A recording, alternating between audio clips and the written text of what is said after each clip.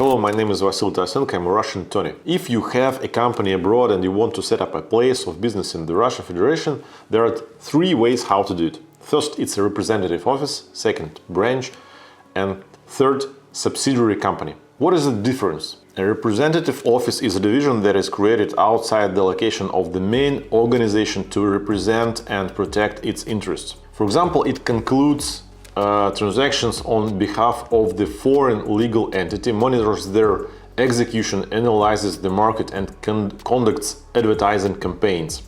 A representative office may not engage in commercial activities. A branch is a similar separate structure but with a wide range of functions. A branch can do everything the parent company does, but in another country. However, neither a branch nor a representative office is considered a full-fledged legal entity. There are some restrictions for branches in customs and currency regulations, so often instead of branches, subsidiaries are created. These are organizations in the form of a limited liability company known in Russia as OOO or joint stock company in Russia AO, whose controlling interest is held by an overseas firm. A subsidiary has its own liabilities and assets. On the other hand, a branch and representative office has its advantages. Namely, it is much easier for them to transfer funds to the parent and can be directly financed from the budget of the overseas business. And there is also reduced currently control by government agencies compared to an LLC. Plus, the director of a local subsidiary can do many things without prior approval from the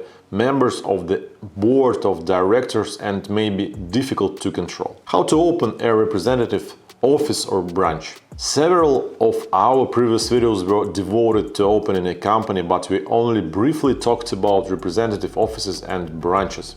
So let's discuss them. Their creation in Russia is give or take the same and associated with the accreditation, which is somewhat more complex and costly compared to registering an LLC. To do this, the company should prepare the following: application for the accreditation, constituent documents of the overseas firm, extract from the register of legal entities from the country of origin, proof of registration as a taxpayer in the country of origin, decision to open a branch in Russia, regulations on the branch representative office, power of attorney granting the head of the branch representative office in Russia the necessary powers. The state fee for the accreditation is 120,000 rubles. For entities from Eurasian Economic Union, just 4,000 rubles. There are specific requirements for signatures, seals, apostilles, translation, and the content of the document, so we recommend contacting us if you plan to open a branch. If you submit the paperwork incorrectly, you will be denied and have to pay the fee again.